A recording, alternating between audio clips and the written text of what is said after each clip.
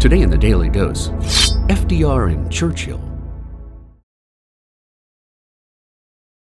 Following Hitler's 1939 invasion of Poland, in less than a year, the Nazi war machine had steamrolled across much of Europe, knocking on Great Britain's door by the time incoming Prime Minister Winston Churchill took office in May of 1940, just in time to face Britain's defeat at the Battle of Dunkirk. Fully aware that Britain's back was up against the wall, incoming third-term President Franklin D. Roosevelt anguished over his campaign promise to keep America out of the war, leading to one of his fireside chats, now known as his Arsenal of Democracy speech, leading to the signing of the Lend-Lease Act on March 11, 1941, which promised war supplies to any nation deemed vital to the defense of the United States.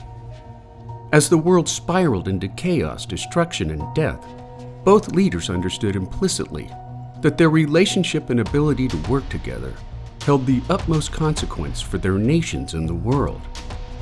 To establish their relationship, the men held a clandestine meeting from August 9th through the 12th, 1941, aboard the USS Augusta off the coast of Newfoundland. To reach their meeting point, Churchill was obliged to cross the U-boat-infested Atlantic, while FDR concocted an elaborate story to throw off the press about a fishing trip off Cape Cod. Their meeting resulted in the 8-point Atlantic Charter, which laid American and British goals for the world after the conclusion of war. 4 months later, America entered World War II after Japan's unprovoked attack on American naval assets at Pearl Harbor, taking the lives of 2,403 American servicemen and civilians. Between September of 1939 until FDR's sudden death in April of 1945, the two world leaders exchanged nearly 2,000 letters and cables, while meeting in person a total of 11 times, spanning 113 days.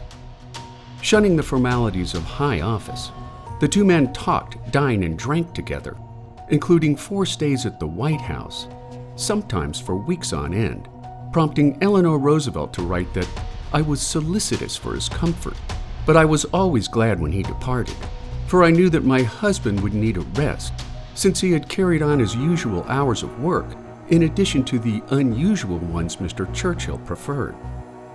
Besides their conference meetings with Joseph Stalin and other Allied leaders, which helped galvanize the Cold War years to come, on September 14, 1944, the two men met in FDR's Hyde Park study, initiating the Manhattan Project, which ultimately ended the Second World War, making the relationship between Churchill and FDR a friendship which saved the world from Nazi aggression.